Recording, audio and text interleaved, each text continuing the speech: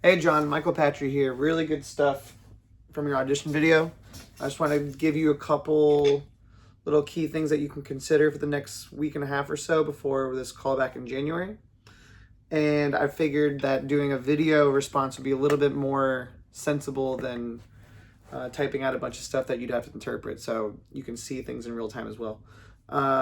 Couple things before we even get into any of the drumming stuff. First, just make sure that your drums are at a decent height. It seems as if when you set up, you're really high to your drums, so your drums seem really low. So this seems to be the way your playing position looks. So when you're playing, like just say I was playing alternating taps for an example, it kind of comes from a place of here, versus if my hands were a little bit lower to the head. So like you were here, going here. And whatever that means for you in terms of adjusting your drums to your specific height and whatnot.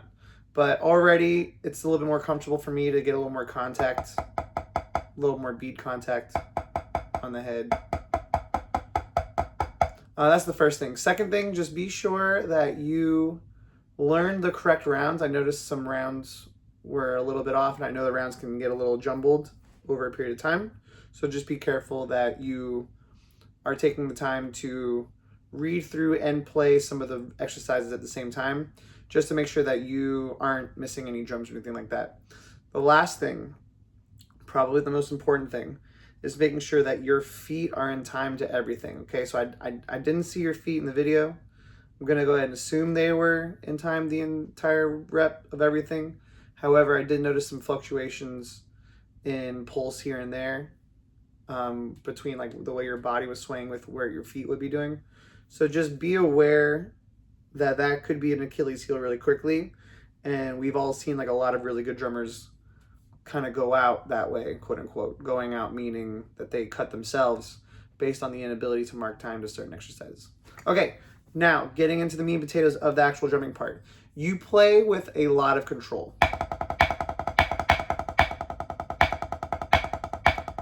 So in other words, if I was playing like just paradiddles over and over again,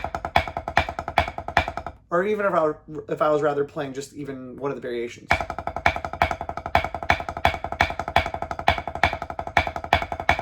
right? Like you play with a lot of sense of control, and you have a really good understanding of how to stop the stick, which is a really important skill.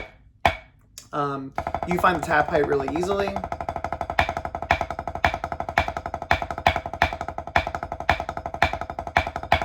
Right, with ease, not a problem. Where I think you could show a little bit more improvement from a technical standpoint, especially quickly, is the ability just to rebound multiple strokes. So if I was playing, like for an example, like double beat, right?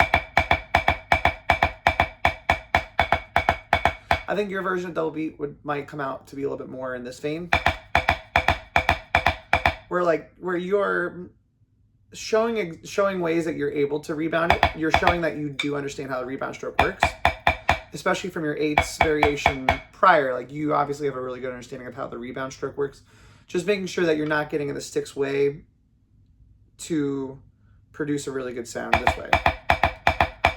In other words, I'm not going to interfere with the stick motion even more so to try to get a beefier sound or anything of that nature. My job is to get out of the stick's way, actually. I'm getting a lot of throw, like I'm getting a lot of velocity to start each of those strokes. And then from there, I'm really getting after it, but I'm not getting after it in a way where I'm restricting the motion on the way up.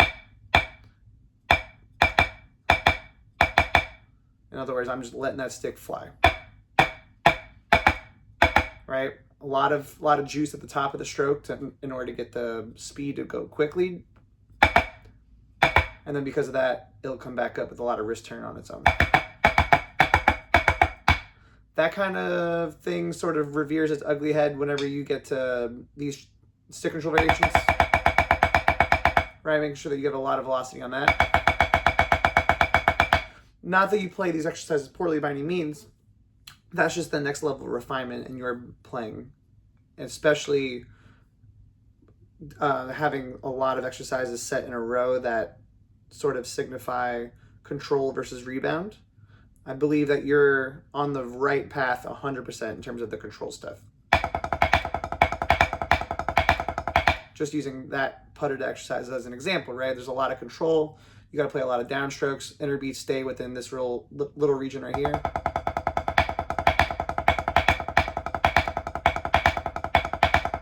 Just be careful when you get to bigger stuff.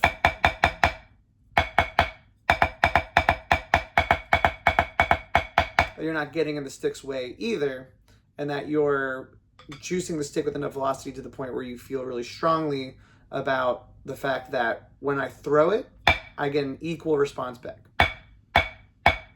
Right? Rolls you play really well as well. Right? Everything seemed to be open. Everything seemed to be thoroughly in time. Everything seemed to be deliberately placed. I just want to be sure that when you take the time to deliberately place all these strokes, right, that you can add on from that same grip an idea of just being able to, like even the Sanford Shuffle is a good example of how you kind of restrict the rebound a little bit. It kind of turns into this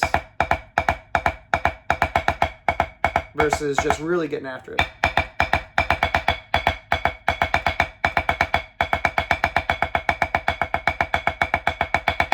Cool. So just explore the idea of just throwing the stick with a lot of velocity and having a lot of confidence in the fact that the rebound's going to give back what you put into it. Hope these comments were helpful. And of course, hit me up with any other questions.